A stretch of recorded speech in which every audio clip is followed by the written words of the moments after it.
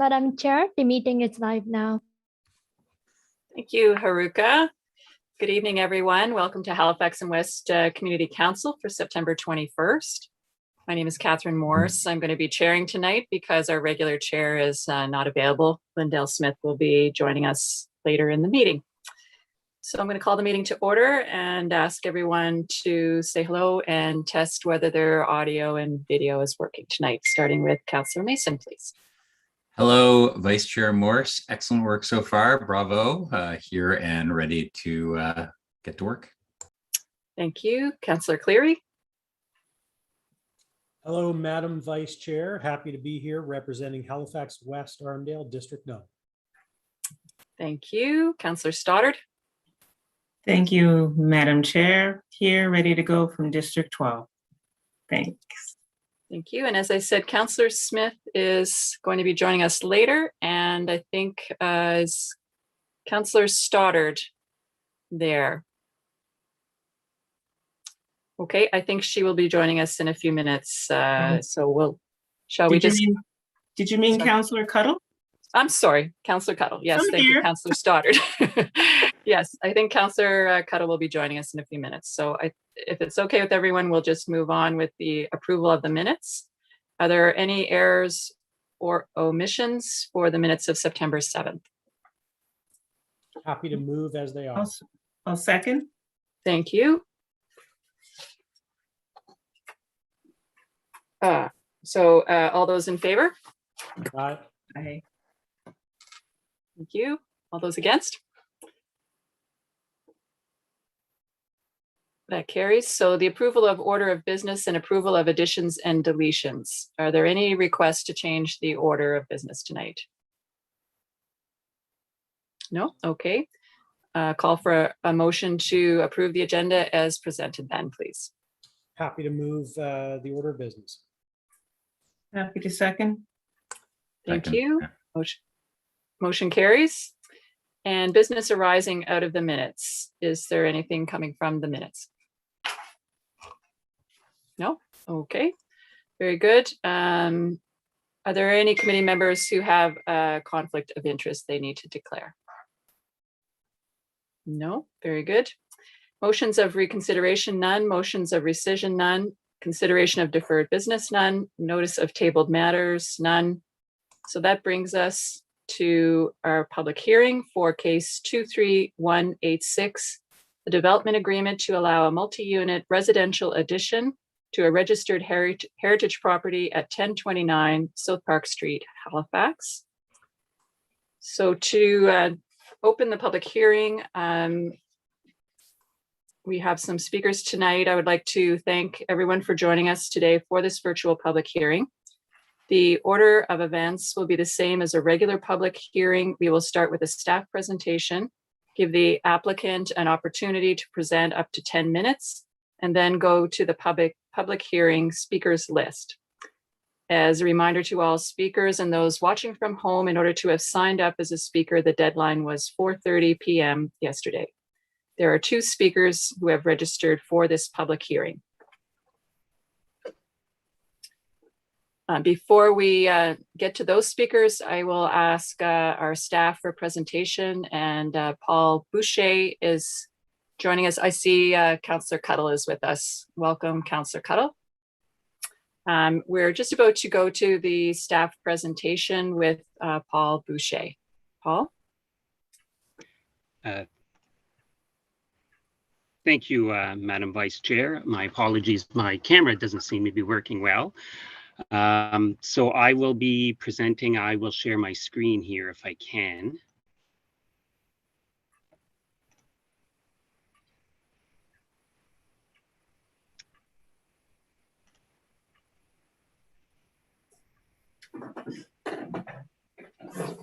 So can you see my screen? Yes, looks good. Are you able to see my screen? Yes, Okay. So again, my name is Paul Boucher. I will be, pardon? Please go ahead. Okay, sorry. I will be presenting case 23186, which is a heritage development agreement request for a municipally registered heritage property at 1029 South Park. So this is an application by ZAP Consulting to obtain a development agreement to construct a 2.5-story addition with a maximum of 6 dwelling units, as well as to locate an additional unit in a heritage building, which is the Clark Halliston House, to increase the number of units from 10 to 11, resulting in 17 units in total for this development. So the Clark Halliston House, which is on your left, will have 11 units, and the addition will have 6 units in it for a total of 17. So the Clark Halliston House was constructed in 1895. The property is zoned R2A. It's a general residential conversion zone under the Halifax Peninsula Land Use Bylaw. It is located in the south end plan area of the Halifax secondary plan.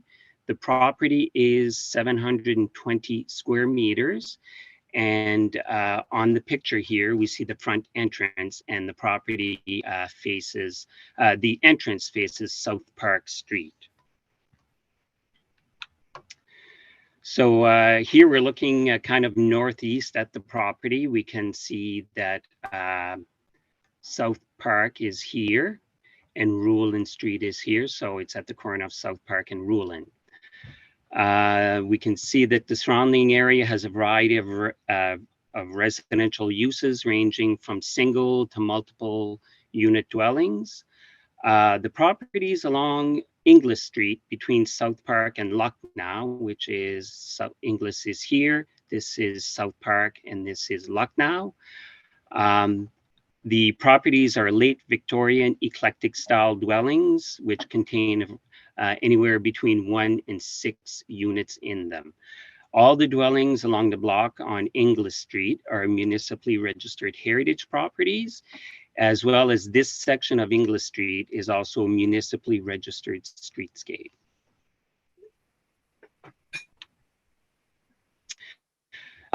So the addition will take place by altering an enclosed stairwell, which was constructed in 1994. And the stairwell is basically in this area here. The addition will be attached to the Clark Halliston House at the same location as the stairwell. The only part of the Clark Halliston House which will be altered is the enclosed stairwell. And here we have some renderings. The first rendering on your left would be from across South Park Street, and it shows the existing Clark Halliston House and the proposed addition.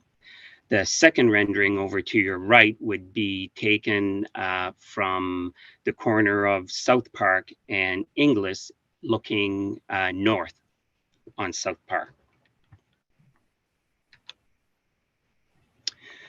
So the designation on the property is MDR, medium density residential designation. It's down here. This designation encourages a mix of residential uses, including single and multiple unit dwellings. It permits a mix of family and non-family dwelling units in a building of not more than 4 stories. And it supports interior conversions, additions, and infilling on the properties. The enabling policy is policy 6.8. So in your package, there is an attachment. Attachment B is a review of the relevant policies in regards to this project. So to urge the adaptive reuse of municipally registered heritage properties, policy 6.8 of the Halifax Secondary Municipal Planning Strategy allows for the consideration of land uses on those properties which are not permitted by the underlying zone or land use designation, subject to certain criteria. And in this case, the proposed 17-unit building is not permitted. However, policy 6.8 includes provisions that any development substantially complies with the policies of the Halifax Secondary Municipal Planning Strategy.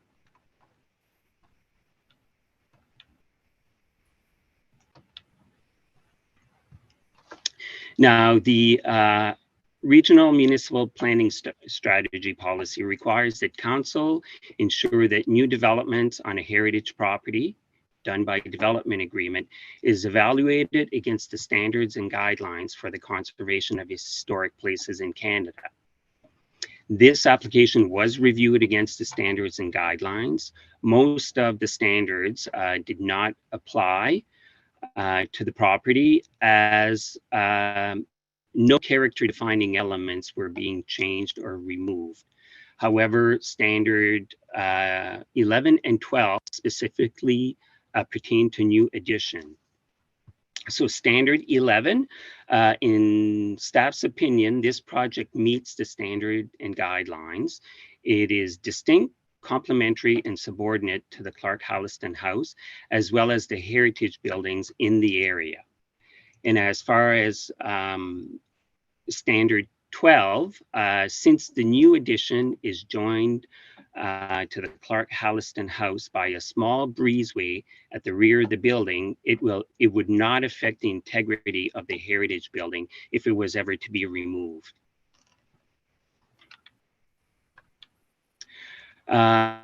So if you, again, look at your package, there should be attachment C, which is the engagement summary, which summarizes the supportive comments as well as the concerns. And just for ease, I'll kind of read them off. Some of the response supported the proposal, and those were that the addition does not substantially change the external feature of the original building. The proposal maintains the setback of the existing heritage property. Dimensions of the addition will be subordinate to the existing heritage building, as well as the additional investment on the property will help for the upkeep of the heritage property. And the walkway and proposed foliage for private buffer between the building and the sidewalk was good. There were also some feedbacks. There was also some feedback that for concerns, and they were that it's not sensitive to the heritage property or historic properties along English Street. The material is not complementary to existing buildings or buildings in the area. No attempt was made to mimic the style of the building. The building is too large for the property. Lot coverage is too great. The rooftop deck will add to noise and loss of privacy. It's close to the university. It will be conducive to student housing.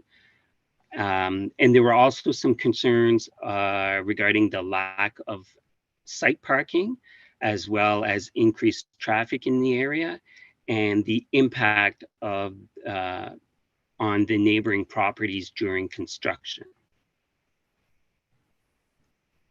I'd also like to point out at this time that some of those concerns were met. There were some changes made to the first proposal, such as originally they had metal siding on the building, and the metal siding was changed to a cement board and the cement board resembles cedar shakes. The metal roof is also changed to a regular shingled roof, and as well the style of the windows was changed to more closely mimic that which is on the heritage building. There was a lot more glass and metal on the front of the facade of the addition, and that was changed. There is less of it now. And also the colors was added to the cement board. It's gray and off-white, which better complements the colors of the Clark Halliston House.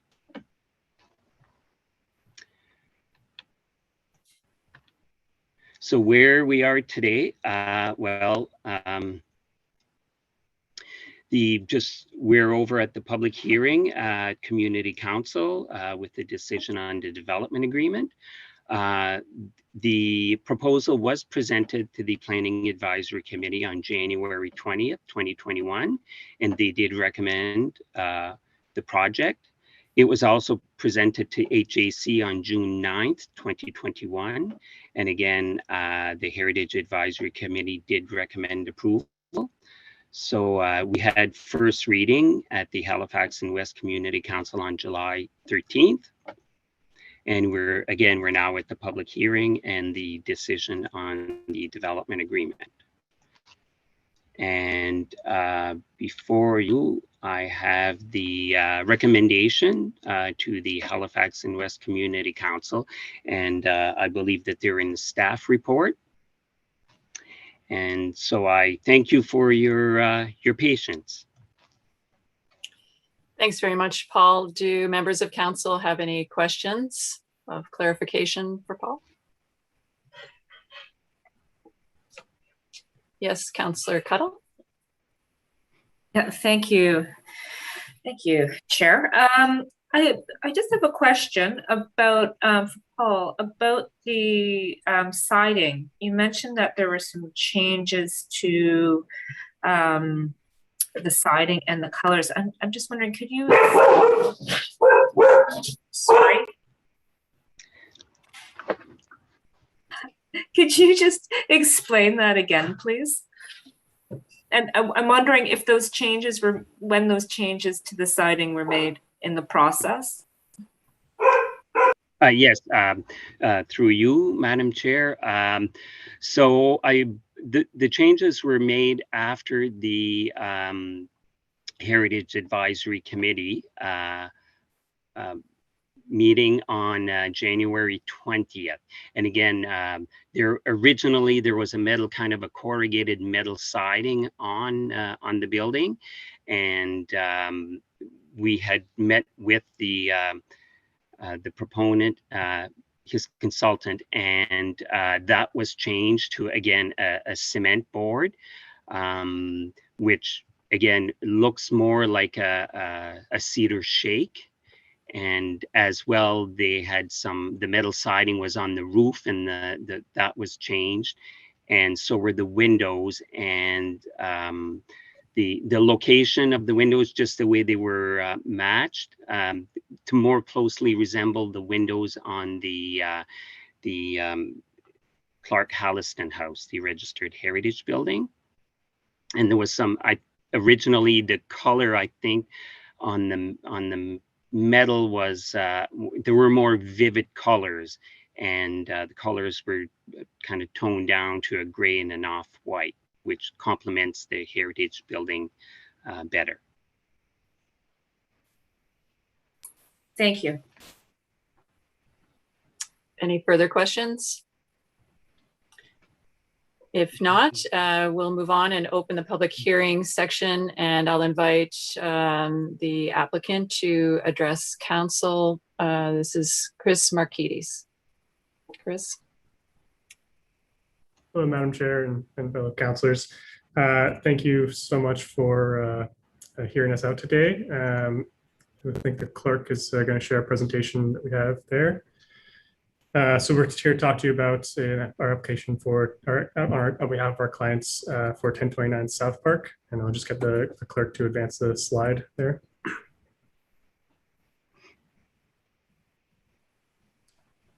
So we are ZAP Consulting, representing our clients, North Point Properties. Myself, Chris Markides, I'm the project planner. And behind me here is Justine Bowles, our principal architect on the project. Next slide, please.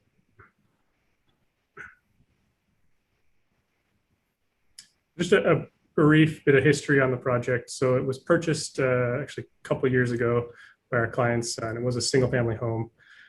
This has been a two-phase project. The first phase was the internal conversion of the existing structure, and the second phase was the side yard addition, or will be the side yard addition, pending the approval of this development agreement. Next slide, please.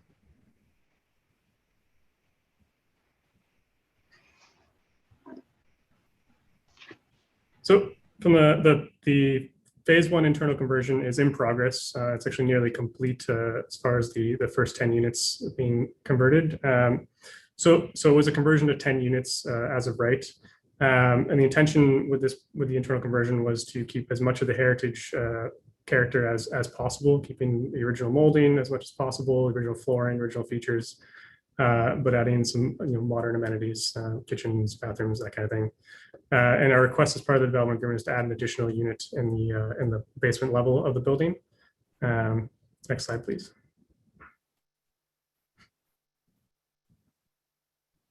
Phase two is that side yard addition. And Paul gave a good description about it. I'm not sure that, Paul, I think we had some questions about your rationale for why we changed it and when we changed things as far as this siding goes. We had changed that much earlier on the process after the PAC meeting, and it was originally going to be a metal shiplap siding. Now it's a cement board shingle, kind of like a hardy shingle that you would see, and it's a non-combustible cladding. The purpose for that was to meet fire code and between the two portions of the structure and the property lines. And the side yard addition is again a 6-unit addition. It's a 2.5 stories, so one level in the basement, 2 units in the lower level on the basement, 2 in the middle, and one 2-level unit, or basically 1.5 unit on the top level. Next slide, please.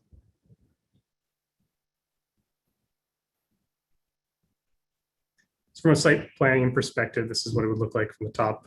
We do have a breezeway that connects the 2 buildings. They're not, the 2 portions are not connected. You can't walk through them, but the original stair that was there, if we had left the stair, it would have left about a 3-foot gap between the 2 structures. So we decided that would be better off to remove that stair and rebuild it to make a more cohesive structure overall. Next slide, please. So these are just some floor plans for the lower level, the garden level.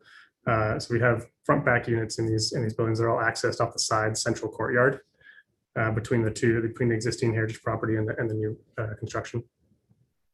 Next slide, please. So I mentioned that that upper unit is a 1.5 of a unit. So it's a unit. It's a unit with a mezzanine on top of that, which accesses a rooftop terrace on the top. So there's a rooftop terrace on the top that is only accessible to those 2 top units. Next slide, please.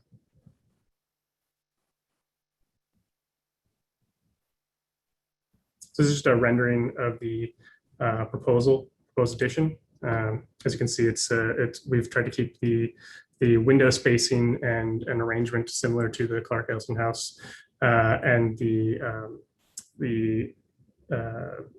bay windows as well, and window configuration, and as well as the trim and the horizontal rhythm of the structure going through to the new addition as well. Next slide, please.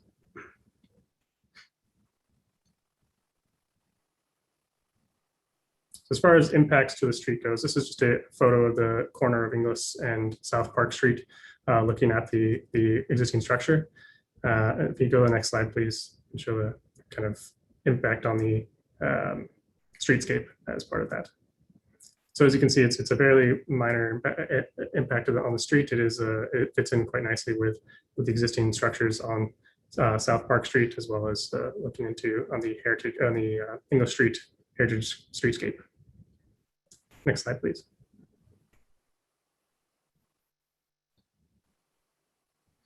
So yeah, it's just a front elevation looking on South Park Street with the existing heritage building, the proposed connection between the 2 portions of the structure, and then the new structure inside there.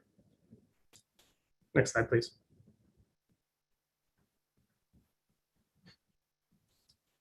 So as Paul mentioned, we have good alignment with policies 6.8 of the Halifax NPS and related policies in the Halifax Municipal Planning Strategy. We've designed this with the intention of following the Canadian Heritage Standards and Guidelines, particularly standards 11 and 12. You see this as a good adaptive reuse of registered heritage property, and it creates more housing and increases the efficiency of municipal services through the infill of the existing lot. Next slide, please. Thank you. We're happy to answer any questions at this time. Thanks very much, Chris. Are there any questions from council members?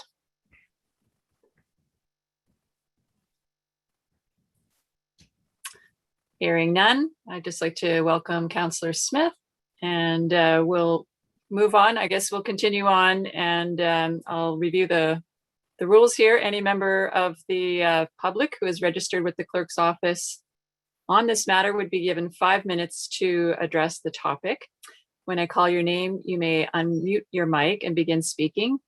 Please start by stating your name and your community of residence. And once you've finished your comments and have answered any questions of clarification, please hang up your phone or leave the Zoom meeting and watch the rest of the meeting using the webcast and the link available at halifax.ca.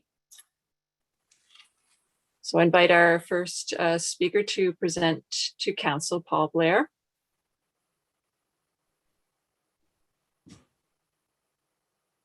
Am I on there? Welcome, Mr. Blair. Excuse me, ma'am. Hello, everybody, and thank you for the opportunity to address the council. I'm Paul Blair.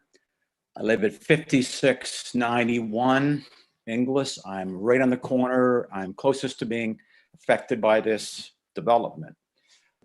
My wife and I purchased 5691 Inglis 5 years ago.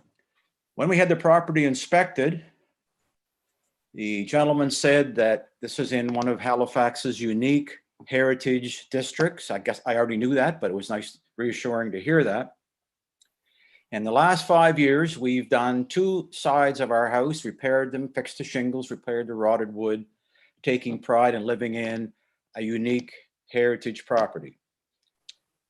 When this was proposed, I knew that it couldn't stay with just an elderly couple who lived in that house. It would have to be developed to some point when they could no longer stay there. So they have moved on, sold the property, and I would be fine with going from a single family to a 10 unit, but it's a lot more of a stretch to go to 17 units. I'm sure none of you would like to have 2.5-story property built right on your back fence, which is what's going to happen to us. Now, I'm not naive enough. I know we're not living out in the country, that something could happen, but to have this position directly in our backyard, going from 1 to 17 units is a little bit obviously upsetting.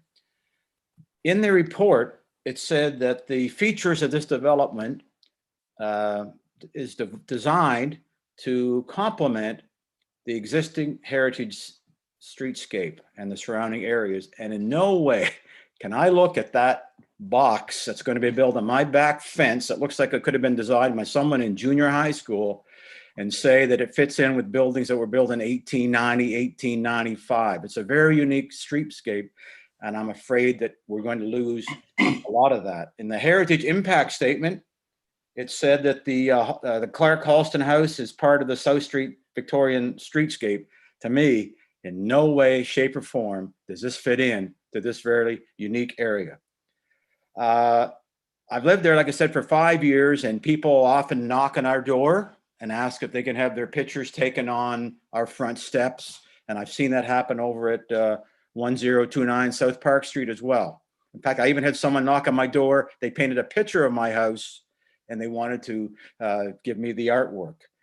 There's no way that anybody is going to want to have their picture taken standing in the front of this 6-story addition. It doesn't fit in. It doesn't complement the area. It's a detraction. And in no way, shape, or form do I think it needs to be built there. It just plain does not fit in.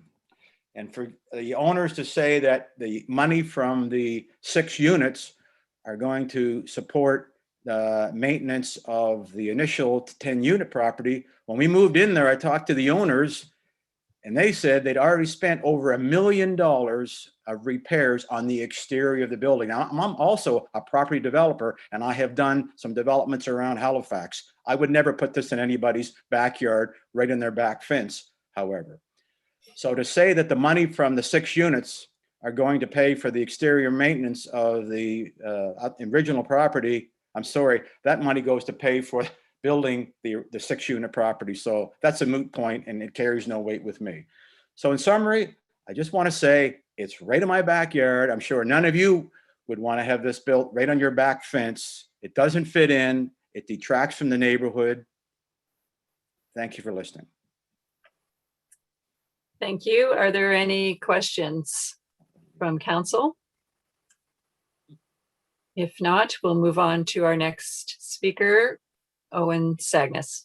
Please go ahead. Welcome to the meeting. Hi, good evening, everyone. Hey, listen, I'm a novice at this stuff. Try to make my case as best I can. I don't know all the rules. That's okay. I also live That's okay. Thank you. I also live very close to Mr. Blair and the property in question on Rulin Street. I have a number of objections to this project. I mean, first of all, I agree with everything Mr. Blair just said.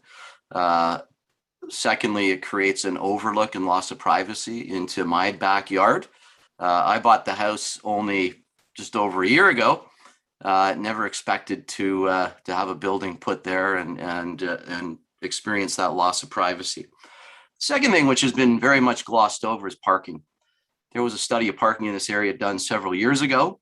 It essentially said that parking in this neighborhood is at capacity. In my submission, my written submission, I included a bunch of photos, which I've taken just over the last week or so. Rulin Street is crazy. There's an apartment building here. There's delivery trucks. Every week there's fights between the garbage collectors and the UPS drivers. Today I called parking control twice because people are parked up on the sidewalk. My security cameras caught an Lion truck driving along the sidewalk a couple of weeks ago. Going from a building that has sufficient parking for those residents to going from 1 to 17 with the cars that come with that. And I know the area is well served by transit, but not everyone will take transit. There is no capacity for those vehicles. So this is it's just not, the neighborhood's at capacity, you can't support it. It's also, and I had a conversation with Mr. Boucher, the planner. He confirmed to me that this development is inside the proposed conservation district, the Victoria Road Conservation District. And he confirmed to me that this structure would not be permitted if that conservation district was enacted. And so why are we allowing this land grab to happen when we've already said it's the intent to protect this entire area of beautiful Victorian homes? I just don't understand that. Finally, and this is also in my written submission, the planning and the development activities in this part of Halifax have ghettoized the area. So if you look at the data from 1951 to now, we have seen fewer females, fewer children, fewer married people, fewer families in this neighborhood, significant decline. So based on the data from Dalhousie University, from the federal government, Statistics Canada, the average person that lives in this neighborhood is a single male living alone between the ages of 20 and 35. This development goes against the stated need for diversity in the center plan. And again, I just don't see the merit of creating more single unit rental properties in this area. It's called Area CT4. There's other designations, but it's the tight area around Inglis up to Morris Street in the south end of Halifax. This does nothing to improve the diversity of the neighborhood. And so with that, I'll stop there. Thank you. Thank you for your comments. Are there any questions from council members? Yes, Mr. Cleary. Sorry, Councillor Cleary. Thank you, Madam Vice Chair. Just a very quick one for Mr. Sagans. Sorry, at the very beginning, you said where you live. Can you just restate that? I missed it. Yes, I live at 5672 Rulin Street. Okay, so that would be one building. One away, yeah. There's a clear line of sight. Residential building between this property and your property. Yeah. Oh, But they're creating a clear line of sight now between this new addition and my backyard. Okay, thank you very much. Okay, thank you. Any other questions? If not, I'd like to go back to the applicant, Chris Marquides, sorry, Chris Marquides, would you like to respond to anything that you've heard so far? Yeah, I'd like to respond just to the parking comments. So I believe there was a comment about the perceived lack of on-street parking in reference to a 2018 study. So the 2018 study was for the South Park Street bike lane and the removal parking there. And my understanding of that, and Paul, maybe you can confirm that the outcomes of that study and the results of that study was that there was in fact actually significant amounts of parking available on these side streets off Ruin and Victoria and those kinds of streets there. The second is that our client actually owns a building basically one block north and across the street that has ample parking, and the intention is to lease parking spots for those who need it in that parking lot there. Additionally, across the street there is rental parking from that landowner as well. That is for public parking permits. So there are lots of parking options on site. We felt this was a prime opportunity for building that didn't have any parking because of its close proximity to downtown shops and services and employment. And that was something that felt in a way to enhance the heritage value of that property. To not have parking there was important to us and to our client. Okay, thank you, Chris. I'm going to ask for a motion to close the public hearing. Public hearing closed.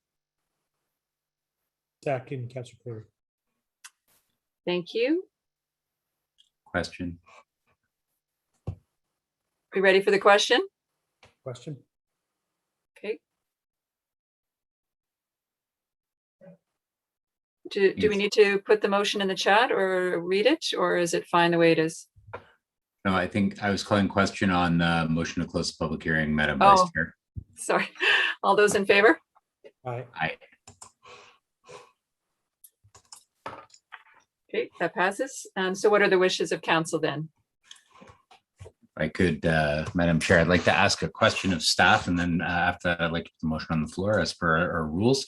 So I'd like to ask if the heritage staff could speak to whether or not and to what degree changes may have been required, if not, that this extension or expansion would or would not be allowed in the Heritage Conservation District that is proposed. I can take that, Madam Chair. Yes, My name's Aaron Murnahan, Principal Heritage Planner with Planning and Development. Through you to the councillor. Yeah, just in regards to the statement about the proposed Victoria Road Heritage Conservation District, since no background studies and no initiation of that Heritage Conservation District have yet taken place, there is as of yet no rules to state what will and will not be allowed there. As we see with Schmidtville and Old South Suburb Heritage Districts, the rules in those two districts are quite different, and they do allow some significant infill development of a certain scale and design. So at this point, we can't comment on what we would or would not allow to be built there, but certainly the purpose of this particular policy, Policy 6.8, is to encourage the adaptive reuse and infill on heritage properties to make them more economically viable. And also in preparation for the eventual creation of these heritage districts, these areas have been downzoned to a maximum FAR of 1.75. And that's really to push property owners into the development agreement option so that we can have better control over the design of properties, and so that we're not encouraging the demolition of these buildings for much larger structures that could happen there. Thank you. Thank you. If there's any other questions of staff, I can come back, or I can put the motion on the floor if you wish, Madam Vice Chair. Are there any other questions? I think we're ready. Oh, yes, Councillor Cuttle. I have a question for staff. It was noted in some of the correspondence that there was a deferred decision on Lucknow, and I'm just wondering if what the circumstances were in that case, and how does this current application differ?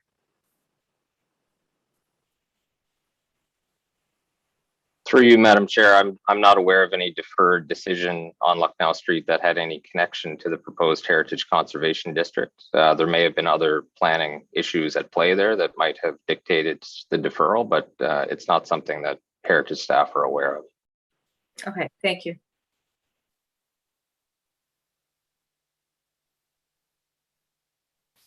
Okay, are we ready then for the motion?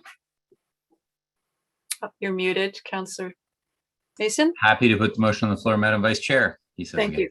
I move that Halifax and West Community Council 1 approve the proposed development agreement, which shall be substantially the same form set out in attachment A of the staff report dated May 14th, 2021, and 2, require the development agreement be signed by a property owner within 240 days or an extension thereof granted by council on request of the property owner from the date of final approval by council and any other bodies as necessary, including the applicable appeal periods, which shall be later, whichever is later. Otherwise, this approval will be void and obligations arising hereunder shall be at an end. Second, Councillor Cleary. And we're ready for the vote. Well, if I may just speak briefly to it, Madam Vice Chair. So I understand and I hear the concerns of the residents, and I know that it's a big change when someone builds in your backyard on a corner lot. It's a big change when development agreements like this come into play to protect heritage. But from a policy point of view, and from my personal, I've been a huge cheerleader of trying to get people to both register and then use the development agreement process to save and secure heritage. And I see this as, and funnily enough, it's like one street up and has the same address, 1029 Tower Road, the cottage that council approved that is being pivoted and having a very similar development. These are very low rise, low impact, and help enable the preservation of these heritage assets. And when I think about the kind of stuff that's being approved, pre and post Schmidtville, but more this area, I imagine, is going to have be more like Old South Suburb, which enables significant additional development if the main heritage features are preserved. I feel like this is in keeping with those developments, or the one in Schmidtville on Queen Street, for example, behind the at Queen Anne, the red building there that's almost completed. And so I have to support this because this is our main tool.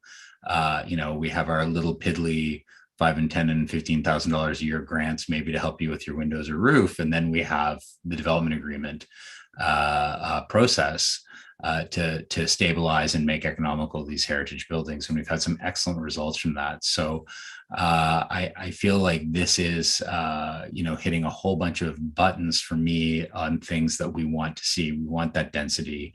We want more people living in that neighborhood. We want, I feel people living on a bike lane that's one of the highest use bike lanes in the city, potentially have other options with the buses and bikes going by. But as the proponent said, there's the parking across the street. Just practically what I know from especially all the stuff that got approved early in my political career, where we still had a 1-to-1 parking ratio in a lot of places. We kept making people do that and building lots of parking, and then it's empty. It's there empty. They rent it to people who work downtown or at the hospitals, and it doesn't get used by residents because a lot of people choose to live in this neighborhood because they can walk and bike to work, and the StatScan data supports that. So I support this. I ask council to support this, and I thank the proponents for bringing this forward, because I do feel this will be a really magnificent restoration and infill project for the neighborhood. Thank you, Madam Vice Chair. Thanks, Councillor Mason.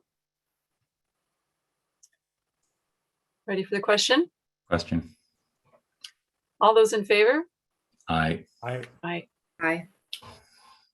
All those against? Motion carries.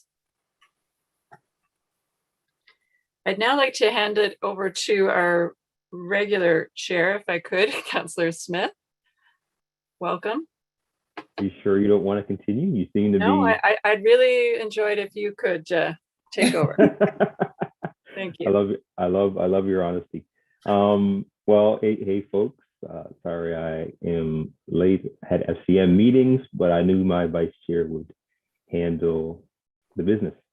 So I'll continue as we go, and just for the record, for those who don't no, I wasn't here for the beginning of the last public hearing, so I didn't vote. So if you're wondering why I didn't participate, it's because I wasn't here for the whole public hearing to be able to do that. So moving on to the next item, I believe, which is 10.1.2. Is that our next item?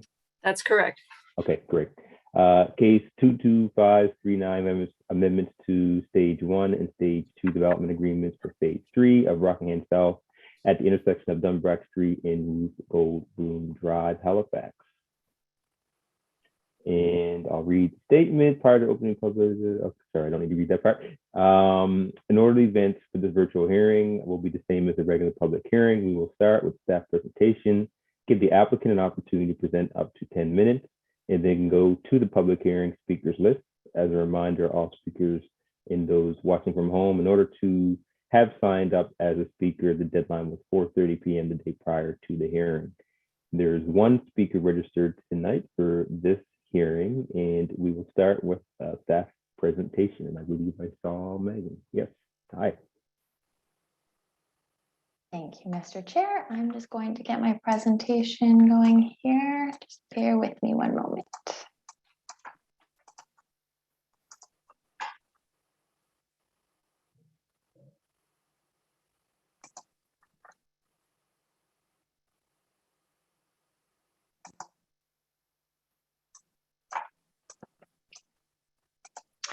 Okay, can someone confirm that they can see that presentation on the screen?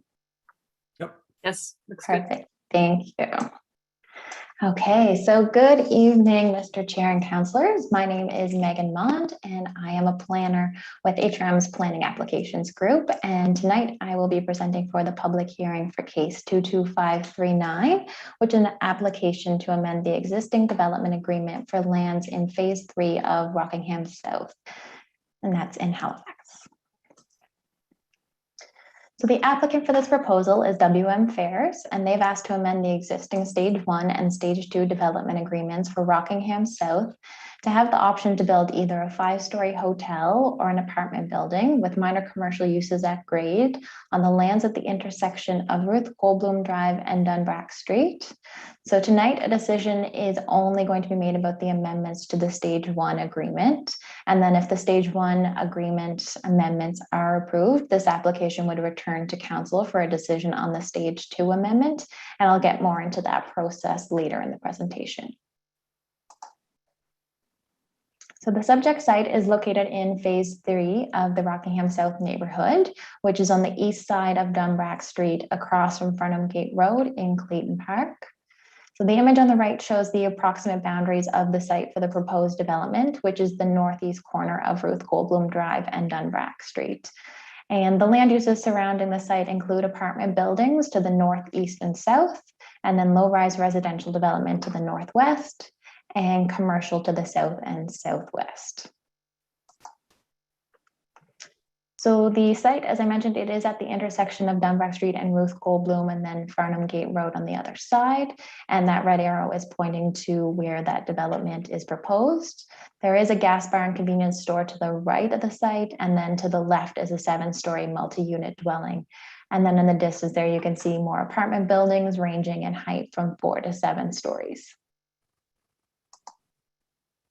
So again, just to give you a bit more context, there is some commercial development in the area. So in this image on the left-hand side there, you can see the sign for the commercial, and then on the other side of the road, there's that low-density low-rise commercial building strip mall on Farnham Gate. And then behind the vegetation on the right side of the image, there would be low-rise residential development.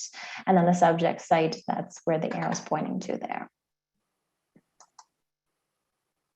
So just a little background on the planning policies. So there are 3 levels of planning documents in HRM. The highest level is the regional plan, and that guides where population growth and investment of services like transit, piped water, and sewer should occur. The second level is community plans, and community plans focus on specific geographic area and outline where and how different types of development may occur. Often planning applications that require council approval are enabled in the community plans. So this application is enabled under the Halifax Municipal Planning Strategy. The third level and most detailed planning document is the Land Use Bylaw. And the land use bylaw identifies the zoning of the lands and specifies the regulations for developing a property. So any development that can meet the land use bylaw regulations can happen without council approval and public engagement. So the site in question is Zone Schedule K under the Halifax Mainland Land Use Bylaw and is designated residential environments under the Halifax Municipal Planning Strategy. The Schedule K zone allows for the consideration of mixed-use development on lands located in mainland Halifax through comprehensive development in the form of a Stage 1 and Stage 2 development agreement. So there are existing approved Stage 1 and Stage 2 development agreements on this site. And I'll get into those, both those agreements on the next slide. The site is currently vacant. However, I will note that the existing agreement does permit a building with minor commercial uses on this site. So the site has already been, has an agreement in place for commercial development. The implementation policy 3.3 of the Halifax Municipal Planning Strategy is the policy that enables council to consider this proposal.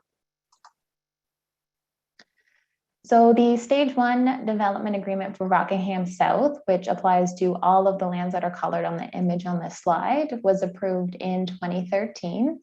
And the Stage 1 agreement provides a comprehensive concept design for the development of the lands, including details such as layout, general types of land uses, population density, and general building and site design. And then the Stage 2 agreement, which was approved in 2016 for Phase 3, is guided by the Stage 1 agreement. And it provides detailed plans and building design for each phase of the development. So as I just mentioned, the subject site is in Phase 3, which is the lands highlighted in red on this map. And so it has its own Stage 2 agreement. And the existing Stage 1 agreement enables a building of up to 4 stories in height with minor commercial uses, which would include any permitted use in the C2A zone of the Halifax Mainland Land Use Bylaw.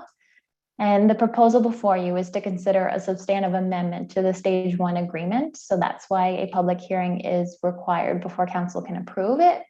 But the Stage 2 the amendments to the Stage 2 agreement, they will be considered non-substantive, and they only have to go through council for resolution, and they can only be considered if the Stage 1 amendments are approved and registered.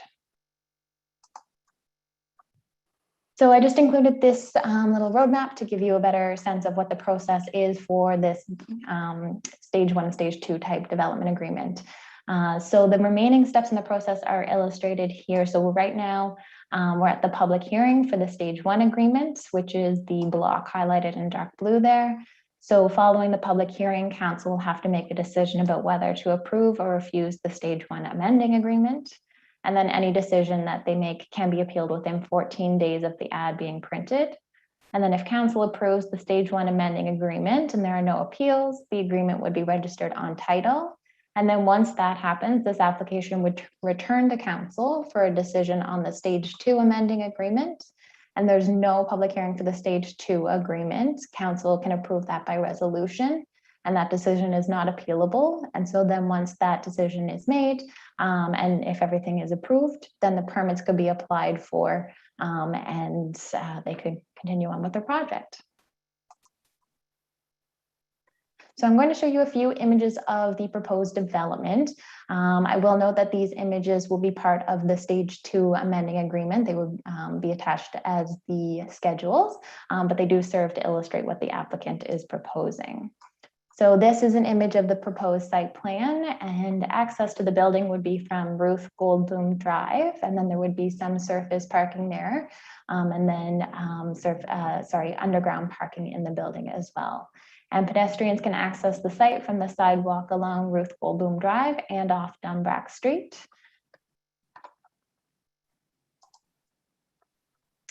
So this is the east elevation of the building. So this would be the view from the parking lot.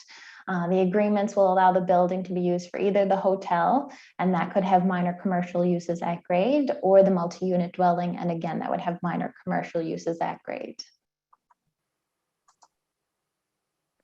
Very similar view, but on the west side, so this would be the view from Dunbrack Street. And then again, you can see that commercial space is visible from the ground floor and accessible from the street. So these are the south and north elevations. The south elevation is the side that's facing Ruth Goldblum Drive. And then the underground parking area is accessed on the north side of the building. And that's the side that is facing the 7-story multi-unit dwelling just north of the site. So as I mentioned, the enabling policy is implementation policy 3.3, which outlines the application of the Schedule K zone. And then other policies to consider are policy 2.2 of the residential environments policy set, which says that the integrity of existing residential neighborhoods shall be maintained by requiring that any new development that would differ in use or intensity of use be related to the needs or characteristics of the neighborhood. Policy 2.4 of that same policy set says encourage the retention of existing residential character and ensure changes compatible with the neighborhood. Policy 2.4.1 is about preserving the scale of the neighborhood and allowing commercial expansion within confined boundaries in such a manner that does not conflict with the character or the stability of the neighborhood. And then I will note a section in the land use bylaw, section 68 of Schedule K, which enables council to consider hotels as permitted commercial uses on these lands. So the level of engagement completed with consultation achieved through a mail out notification. There's also a project website and signs on the property. So there were 2 separate mail out engagement periods. The proposal was originally just for a 5-story hotel. And so the public was asked to provide feedback on that.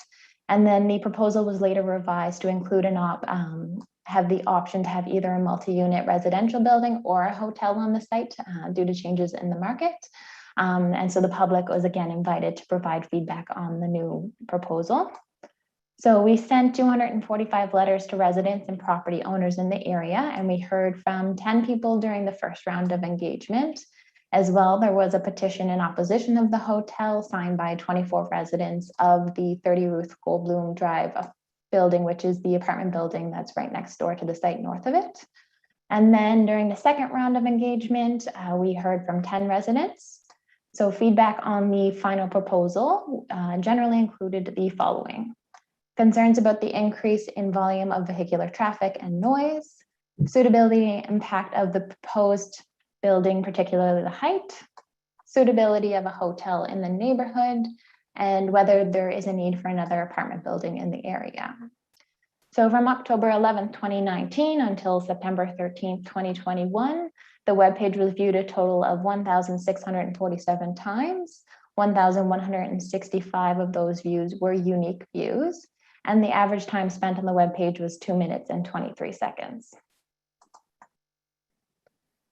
So the proposed changes to the Stage 1 development agreement are to add a definition of a hotel use and add hotel as a permitted use, increase the maximum permitted multiple unit residential dwelling units from 828 to 904, which would be an increase of 76 units, and increase the residential density of the entire development from 2,245 to 2,408 persons. So that would be an additional 163 people allocated directly to the subject site. So this change increases the overall density of the entire Rockingham South development from approximately 36.38 persons per acre to 39.02 persons per acre. Increase the permitted height of the subject site from 4 to 5 stories, and allow the total floor area of the hotel, inclusive of any minor commercial space at grade, to be a maximum of 7,600 square meters. The current agreement does permit up to 2,350 square meters of floor area for minor commercial uses between the subject site and where the gas station is today. And that cap will remain in place. So that means that any minor commercial uses at grade in the hotel or the apartment building would still be subject to that existing limitation on the square footage for minor commercial uses. And then the Stage 2 amendments that will be back in front of council if this was to be approved. The primary amendments to the Stage 2 agreements would just include those changes to the schedules to incorporate those drawings of the building that I showed you. So staff recommend that Halifax and West Community Council approve the proposed amending Stage 1 development agreement, which shall be substantially of the same form as set out in Attachment A of the staff recommendation report. And that concludes my presentation. Thank you. Thank you very much. Any members, Community Council, question clarification?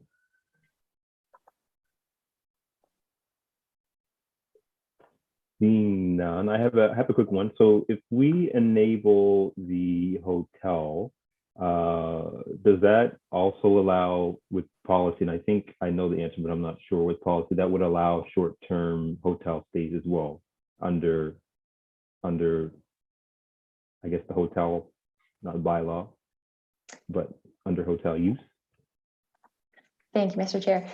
So to clarify, are you asking, would that be if it was a multi-unit dwelling, or are you the hotel use itself? There is a specific definition that we created in the DA, and it would have to be that, and it can be short term. But a hotel use wouldn't be permitted in the multi-unit. They would choose if they're doing a multi-unit dwelling or a hotel, and they would be separate uses. So it wouldn't be split or a mix of hotel uses and multi-units. Yeah. So sorry, so I asked that incorrectly. So if they were to choose to do the hotel use within the what's allowed in the hotel use, would they be able to do short-term stays within the hotel use?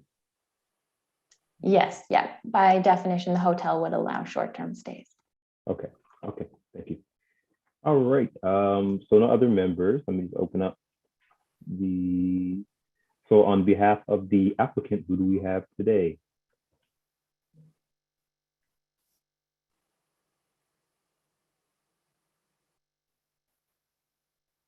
Good evening, Mr. Chair. Can you hear me? Yes, great to see you. It's been a long time. Welcome. Good to see you as well. Thank you. Mr. Chair, members of Halifax and West Community Council, good evening. My name is Cesar Sala.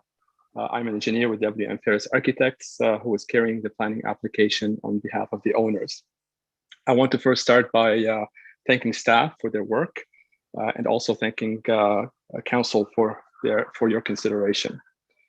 The subject site is the last undeveloped commercial parcel of land in the Rockingham South subdivision, which was originally approved in 2013. The subdivision includes 9 7-story multi-unit residential buildings, 2 commercial buildings, and 96 townhomes and 40 single-family dwellings and 2 large areas of wetland. It is located at a major lighted intersection, fully serviced with a bus stop at its doorsteps. It is walking distance from schools, parks, recreational amenities, and several commercial nodes. The site is adjacent to 7-story multi-unit residential buildings and across from a gas bar. The closest established low-density residential use is the back of the homes on Douglas Crescent, which are separated from the site by a 4-lane major collector and 55 feet of mature vegetative buffer. Initially, the site was approved for a 4-story commercial building, and that's back in 2013, which would have included some retail at grade and office levels above. In 2019, we applied to amend the DA to allow for a 5-story extended stay hotel. The owners thought it would be a better marketing strategy, considering the proximity to the existing surrounding commercial nodes on Farnham Gate Road, Lacewood Drive, Parkland Drive, and County Lake Road, which were showing a considerable number of vacancy spaces. Their vision was to build an extended stay hotel with studio and 1-bedroom suites to cater for families who are vacationing or engaged in tournaments at the nearby Canada Game Center or BMOS Soccer Center. Then unfortunately, the pandemic hit. Building and financing hotels became extremely difficult and very, very risky. The owners paused the initial application, which I'm not sure if the councilors at that time remember. It was going for a public hearing, and we asked staff to cancel that, to pull us off the agenda from that public hearing. So the owners paused the initial application and made the proposed adjustments to allow mixed-use residential building within the same form. Unfortunately, the hotel industry is still subject to great uncertainty, and the clients wish to move ahead with the residential option that is subject to the change today. Thank you for your time. I would be happy to answer any questions that you might have. Thank you very much. Any members with questions for clarification? Yes, Councilor Morse. Thank you, and thank you for the presentation. I just wondered if you could confirm that there is, once you go down this route towards building a multi-unit, that there won't be a reversal to a hotel.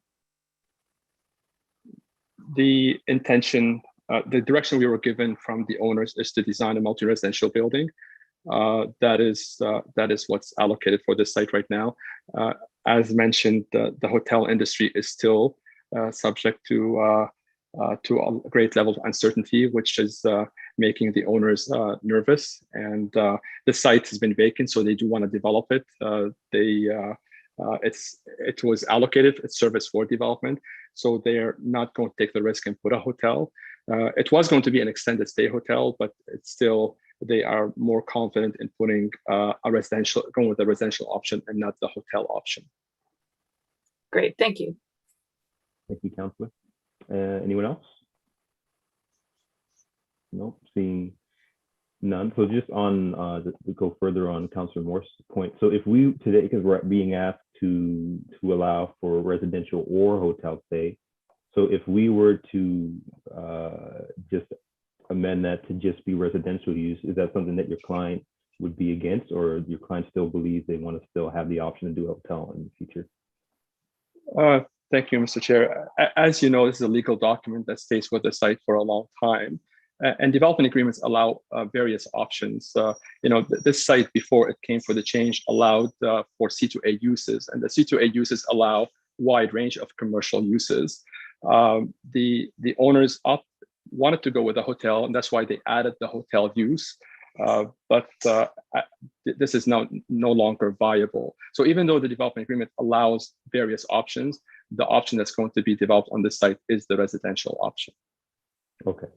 And then if you can just give a little bit more context on why the added density would be needed, or why is it warranted, that's helpful as well. Sure. As for the land use bylaw, a commercial use and even a hotel use, which falls under the commercial uses, they don't consume density. So when staff is tabulating density on a site, because it's not permanent presence on a site, they're not allocated. There is no density associated. As soon as we switch to the residential option, there is an amount of people that the number of units is allocated a number of people, and as a result, they have to account for the density of the number of units that are going to go on the site. So before, when it was commercial, there was no allocation density. As soon as we want to exercise the residential option, they have to allow for that density as part of the development agreement to allow for the development to take place. Gosh, thank you. Very, very helpful. So I will move on to our registered speakers, since no members have asked for questions clarification. So as a reminder, any members of the public who have registered with the clerk's office on this matter will be given 5 minutes to address the topic. When I call your name, you may unmute your mic and begin speaking. Please start by stating your name and community of residence. Once you finish your comments and answered any questions of clarification, please hang up your phone or leave the meeting and watch the rest of the meeting using the webcast link, which is available on our website, halifax.ca. So our only speaker that we have registered to this evening is Faith Patty. And I apologize if I'm saying your last name incorrectly.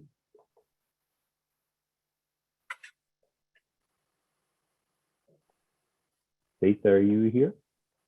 Yeah, I am. Oh, welcome. Hi. Welcome. Hi. Thank you for allowing me the opportunity to speak this evening. I found the last speaker quite informative.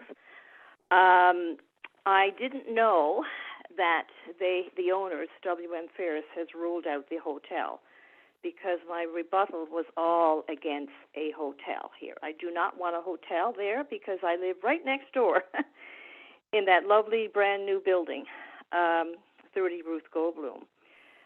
So I could rant about the hotel business, but maybe that's really not what's needed here. I don't mind having an apartment building there, but not too high, maybe 4 stories, and with some commercial space on the main level. Getting back to the hotel business again, I'll just kind of quickly say how hotel guests are temporary people, so I'm concerned, and even with the apartment, I'm concerned about the increased traffic and the noise, especially from hotel guests, or just general noise disturbances, and garbage and litter. And we have a beautiful wetland here, and the environmental impact of more people, more garbage affecting our wetland. Also, the driveway into my building off Ruth Goldblum is narrow. There's no railing there on the side where the wetland is. And there is a deep drop-off there into the wetland. The lighting is poor. Going into the hotel, there's also, it looks like there might be another way, a main way for them to go to the hotel or the apartment, which I hope is the apartment. But I'm just afraid people will come down our driveway and maybe block us and just interfere with our driveway. And I just don't want people trespassing over here, because we just have that road to get out of the area. So, I mean, this apartment, and well, today I thought it was going to be that they wanted a hotel, is between Dunbrack and the wetland, and it doesn't look like there's a lot of room there for a big building. So that kind of bothers me too. I think I'm almost done. And so, yes, I could go on and on about the hotel. I think there's enough hotels here. And with COVID, we just need to cool it. So I think an apartment would be a good idea, but not high. Maybe 1 floor of commercial and 4 of apartments, and just have some generous room around it. I mean, why do they have to eat up all the space? Excellent landscaping, and just, consider that, and consider the people that live in the area. So I think that's my rant for tonight. Well, thank you. Thank you for joining us, and that was great. And yeah, Sorry, go ahead. Yes, I was just going to say, I guess because it's so fresh and new that it's not going to be a hotel, I really, really, really don't want it to be a hotel. So I hope they don't change their mind, because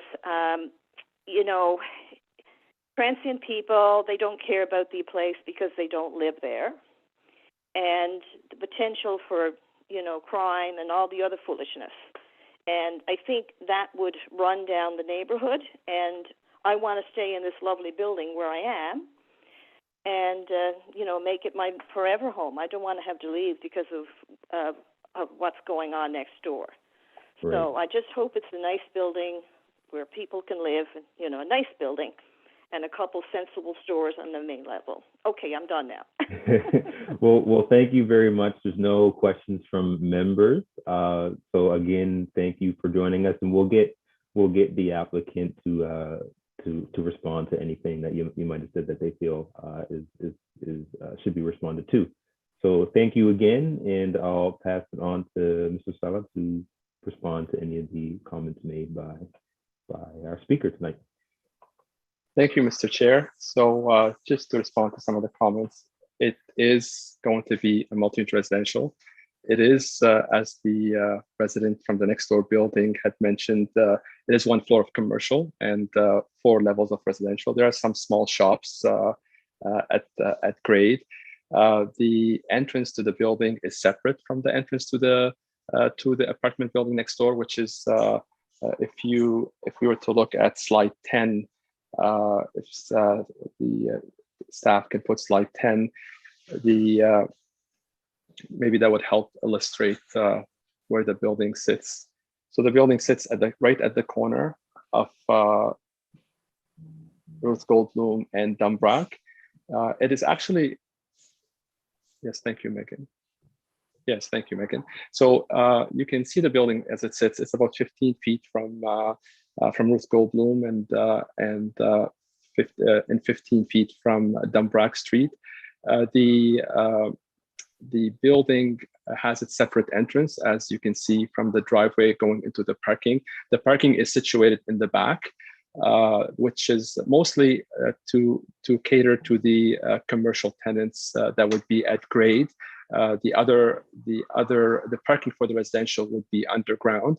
The driveway that says asphalt roadway, a private driveway that's going to MU7 where the residents lives. That's existing. So that already separates us from the wetland. The wetland approvals are all in place. The location of this building exists where it's been approved by staff before. So there is no change in the siting of the building, whether this proposal goes through or not. There was a 4-story allocated for the site commercial building, and this building's going in the same location. Also, I wanted to mention, as part of this proposal, because the speaker talked about maybe lighting, there is a pathway, a walkway that is just adjacent to the driveway that's going to MU7. I don't know if Megan can point to it, and there are some lighting requirements part of this development agreement that's governed by the development agreement. There's some lighting proposed along that walkway. So hopefully those are the comments that she had. I think I've responded to all of them. Thank you, Mr. Chair. Thank you very much. So with that, I ask for a motion to close public hearing. So moved. Thank you by Councilor Mason, second by Councilor Morris. Close public hearing. All those in favor, say aye. Aye. Opposed, say nay. All right, public hearing is closed. Thank you again, everyone who spoke. Well, Ms. Patty who spoke. So we will move on to Councilor Morris. Would you like to put the motion on the floor? Sure. I move that Halifax and West Community Council approve the proposed amending stage 1 development agreement, which shall be substantially of the same form as set out in attachment A of the staff report dated May 6, 2021. And 2, require the amending stage 1 development agreement be signed by the property owner within 240 days or any extension thereof granted by council on request of the property owner from the date of final approval by council and any other bodies as necessary, including applicable appeal periods, whichever is later. Otherwise, this approval will be void and obligations arising hereunder shall be at an end. So moved. Seconded by, thank you, Councilor Cottle. Seconded. Councilor Morse, any comments? Yeah, just briefly, I have heard from some residents about this development, and the concerns were similar to our speaker earlier, that it wasn't a representative sample, I don't think, but the people I did hear from would much prefer to have a permanent multi-unit permanent residence in the neighborhood rather than having a hotel. I think the building design is in keeping with the buildings in the area, and the height is not very high, and I really don't have any major concerns with this building. Okay, thank you, Councilor. Any other comments from members? No. Question. I have a quick question. Thank you, Mr. Mason, or Councilor Mason.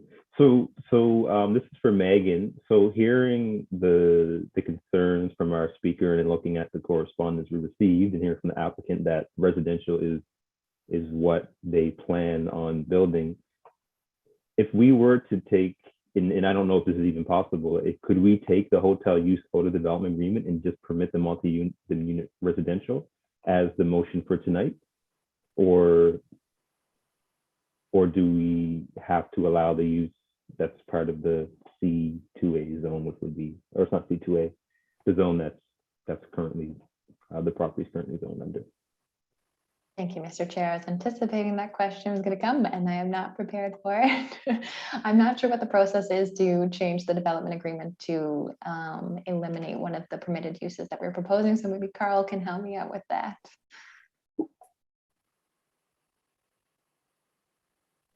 Evening, Mr. Chair. Carl Purvis, Planning Applications Program Manager. Where you're talking about, sort of one of the two uses allowed in the agreement. I would, in the scope of sort of what's being proposed and what was advertised, I might say that would probably be a substantive change, but at very least, it would probably be fair to give the applicant some due diligence to say where this is an agreement and it takes two parties to be within the agreement. Obviously, it would be in front of them to sign, so it might be advisable to allow the applicant for some time to speak to their client. But I'm not sure if our solicitor has any opinions as to whether or not this would trigger a new hearing, but it would be a significant change in any event. Okay, and I'm confident with that, and we heard that the applicant does plan on doing residential, and I would hate for it to turn into a hotel and have a bunch of short-term rental spaces be there, and that's something that we couldn't stop because it's permitted use. But overall, I'm confident that with the market that we currently have, I can't see anybody wanting to build a hotel right now. So I have no further questions, and now Councillor Mason, you can answer the question. Question, Mr. Chair. All right, all those in favor say aye. Aye. Aye. Opposed, say nay. Seeing none, that passes. If we can take a 3-second break, my doorbell is ringing. I'll be right back.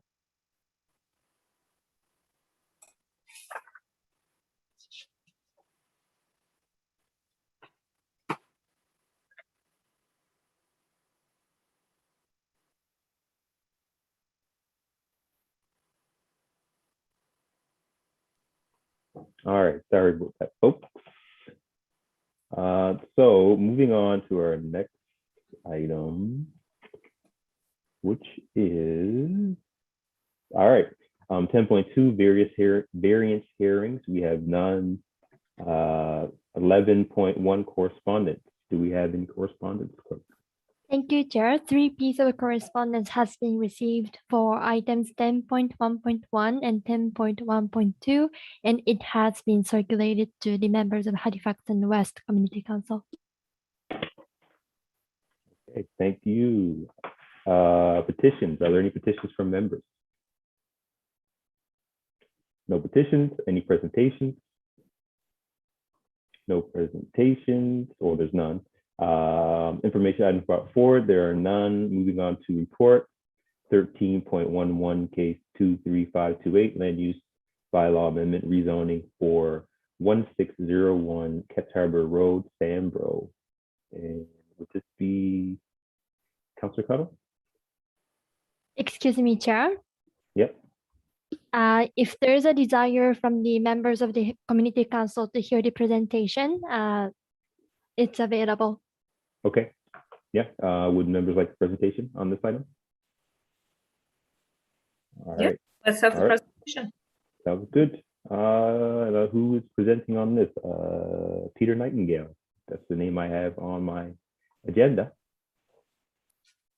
Mr. Chair, I'm afraid that where this one actually requires a public hearing, we don't have a presentation for tonight, but I do believe we did have one, as mentioned earlier by Haruka, for Jamie Ellen on that later application. My apologies. It was for 13.1.3. My apologies. Okay. But I certainly can answer any questions that that council might have on this application item 13.1.1 on behalf of Peter. All right. So hearing that, Councillor Cuttle, would you like to put the motion on the floor and ask any questions if needed? Can do. Thank you, Mr. Chair. I move that Halifax and West Community Council give first reading to consider approval of the proposed amendment to Schedule A of the Land Use Bylaw for Planning District 5, as set out in Attachment A of the staff report dated September 1st, 2021, to rezone 1601 Ketch Harbor Road from P2 Community Facility to R6 Rural Residential and schedule a public hearing. Second, Councillor Cleary. Seconded by Councillor, moved by Councillor Cuddle, second by Councillor Cleary. Any comment? I just want to say that I think this should move forward to schedule a public hearing. It is a rezoning application from P2 to R6. R6 is in keeping with adjacent properties and within, the Planning District 5 kind of land use bylaw. We have heard some comments from the public to date. Sorry, point of order. If we're going to a public hearing, we should not, Mr. Chair, if I may. You're sorry, right. You didn't No, move it right. all in, Nell, so I thought you were frozen. I'm sorry. But no, you're right. Because yeah, like we should not debate it prior to the public hearing. That's inappropriate because we have to keep an open mind as we move into the public hearing process. So I think those points are best kept for later. Okay, thank you. And I mean, I just want to in terms of the point of order there, even though it is included in the staff report that was just circulated, we can't talk about it at this point. Perhaps legal or a clerk could clarify this. Honestly, the safest thing to do is save it for the public hearing. Oh yeah, okay, well, that's fine. I'm happy to save it for the public hearing, and that's fine. But I just want to note that it is all included in the staff report, which is publicly available. Right. So if that is a point of order, I'm just wondering why. That is all. But anyway, yeah, I don't think there's a lot more than to say at this point. We will leave it all to the public hearing, and yeah, look for your support in moving this forward. Thank you, Councillor. I asked to call the question. Question's been called. All those in favor, say aye. Aye. Opposed, say nay. Seeing none, that passes. Public hearing will be scheduled.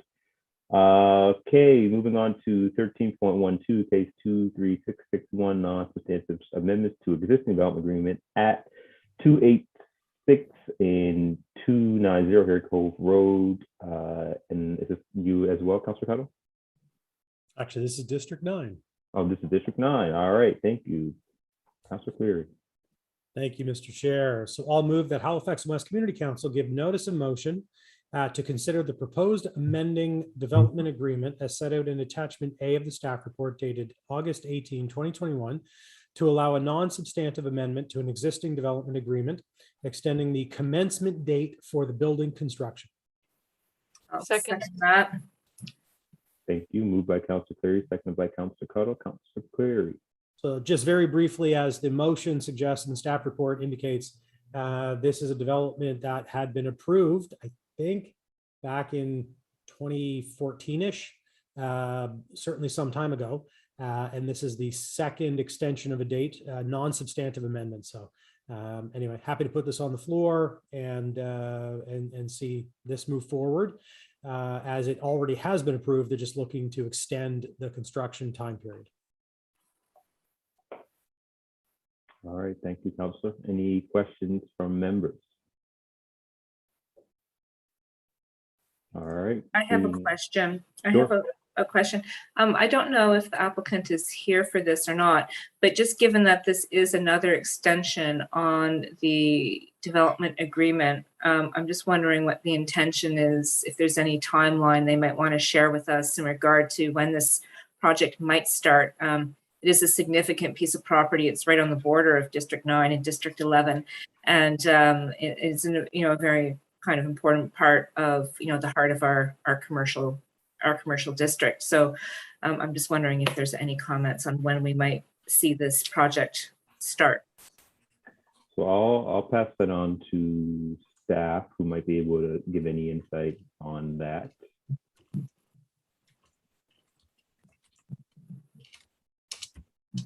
I'm not sure who can answer that question. I think Daryl Jodry was the planner on this one. Okay.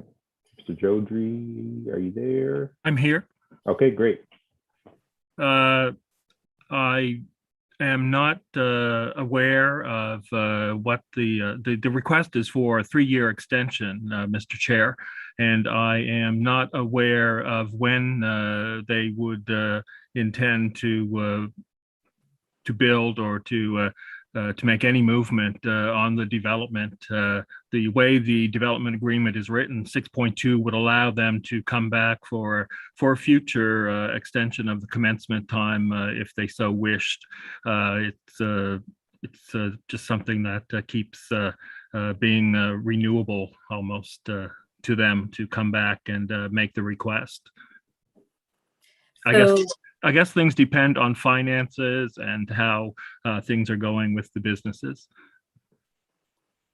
So this could just be renewed indefinitely as long as it keeps being approved by community council? Do we have the option of saying no to the extension? At a certain point, yes, the council would be able to say that this has been going on long enough, and they could under the charter end the requests. Okay, thank you. Thank you both. So, not seeing any more questions in the chat. I ask for the question on this item. Question. Questions have been called. All those in favor say aye. Aye. Aye. Aye. Opposed say nay. All right, that passes.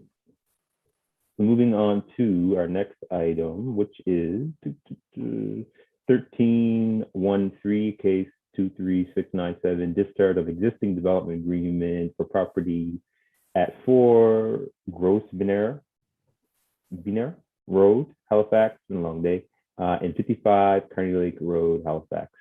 And I believe there is a presentation for this one, correct? Yes. Okay.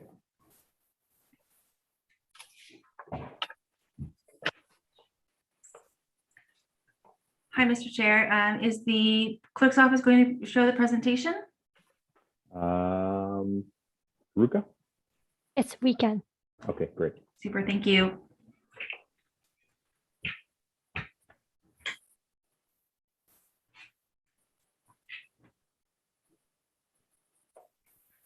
Thank you, Mr. Chair. My name is Jamie Ellen Klenovic, and I'm a planner on HRM's Urban Enabled Applications team. Can I have slide 2?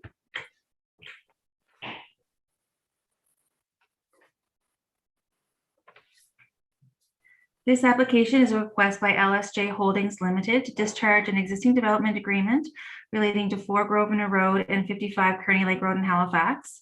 This DA was originally approved by Halifax and West Community Council in 2019.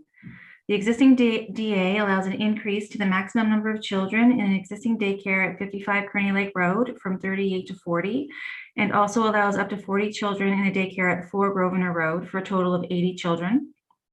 Next slide.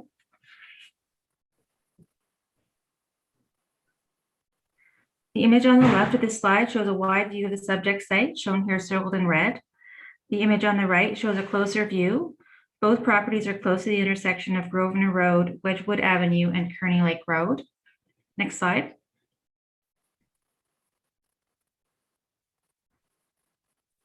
This is 55 Kearney Lake Road.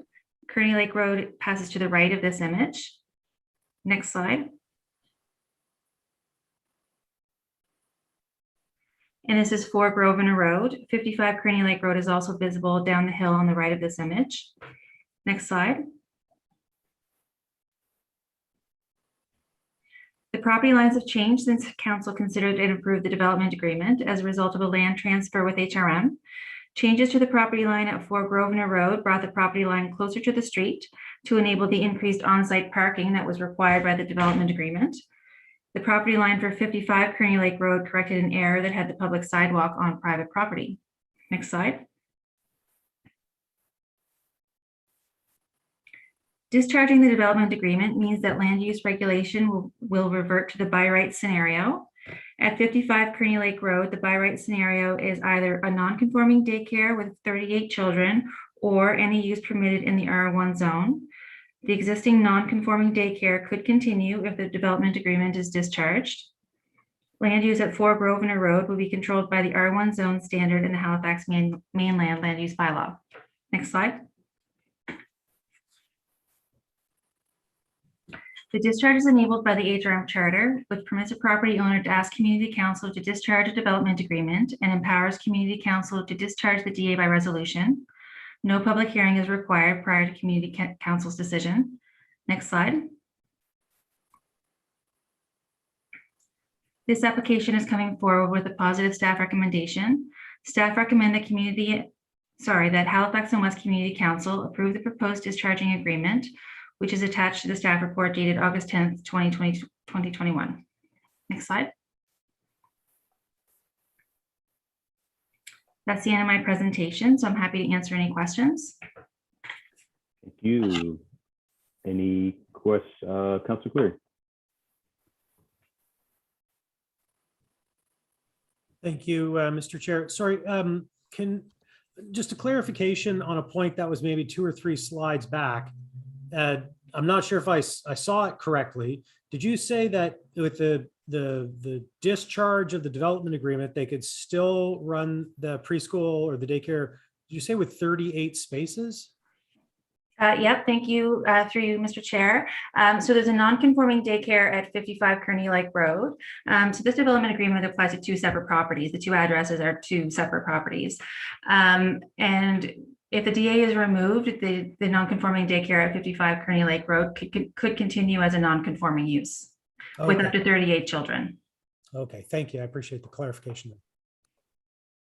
Thank you, Councillor. Any other questions from members? None. For me, for clarification, so if we discharge this, it reverts back to the R1 uses, as you mentioned. The owner could then come to Community Council in the future and ask for us to change the zoning if they decide they want to do something different on the site, just like any other property. Yeah, sorry. Thank you, Mr. Chair. It's the same as any other property owner in HRM. They would have the right to make another planning application. I have no reason to believe that that's imminent, but it is possible. Okay, great. All right. Well, thank you very much. Okay, sorry, Councilor Morse. Yep. Sorry, just following on that. It's not clear to me why they are going to these lengths to discharge this DA. Why wouldn't they just close their daycare if they don't want to operate a daycare there anymore? So through you, Mr. Chair, my understanding is that they are planning to sell 4 Grosvenor Road as a single unit dwelling. And because the 2 properties are covered under the single development agreement, it makes it awkward if that property is under different ownership. And most of the privileges were for 4 Grosvenor Road. They're only adding 2 extra children to the daycare at 55 Kearney Lake Road. And we were also asking them to make a number of changes to the circulation, the vehicle circulation around the use. So at the end of the day, it just seemed like they weren't going to make those changes, and continuing with the development agreement, it's going to be awkward with 2 different owners. So they just wanted to discharge it. Right. Okay. Thank you very much for that clarification. And thank you. That was actually very helpful context as well. So seeing nobody else with questions, would the motion already on the floor, correct? So we just call for the question. Questions have been called. Chair, I believe the motion is not on the floor. All right. Yet. Thank you. It's been a long day, so I can't even put sentences together. So if who would like to put the motion on the floor? I can put the motion on the floor, Mr. Chair. Thank you. Okay. I move that Halifax and West Community Council approve by resolution the discharge agreement, which shall be substantially of the same form as set out in attachment A of the staff report dated August 10, 2021, and 2, require the discharge agreement to be signed by the property owner within 240 days or any extension thereof granted by council on request of the property owner from the date of final approval by council and any other bodies as necessary, including applicable appeal periods, whichever is later. Otherwise, this approval will be void and obligations arising hereunder shall be at an end. I'll second that. Thank you. Seconded by Councillor Cuttle. Moved by Councillor Moore. So we already asked questions. And call for the question on this item. Question. Question's been called. All those in favor, say aye. Aye. Aye. Aye. Opposed, say nay. All right, that motion passes. Moving on to 14 motions. There are none in camera, and there are none added items. I believe there are no added items. Are there any added items? I wasn't here for the beginning. No. Public participation. So public participation. This is the public participation section of the meeting. As a reminder, those watching from home, in order to have signed up as a speaker, the deadline was 4:30 p.m. the business day prior to the hearing. We have no speakers signed up for today's meeting. The date of our next meeting is October 12th, 2021, and I believe that we are hoping to do this meeting in person. Is that correct, Clerk? Hoping. Mr. Chair, actually, that was the direction given before the delay of the phase 5 is announced. So right now, I will provide updates on that after the meeting offline.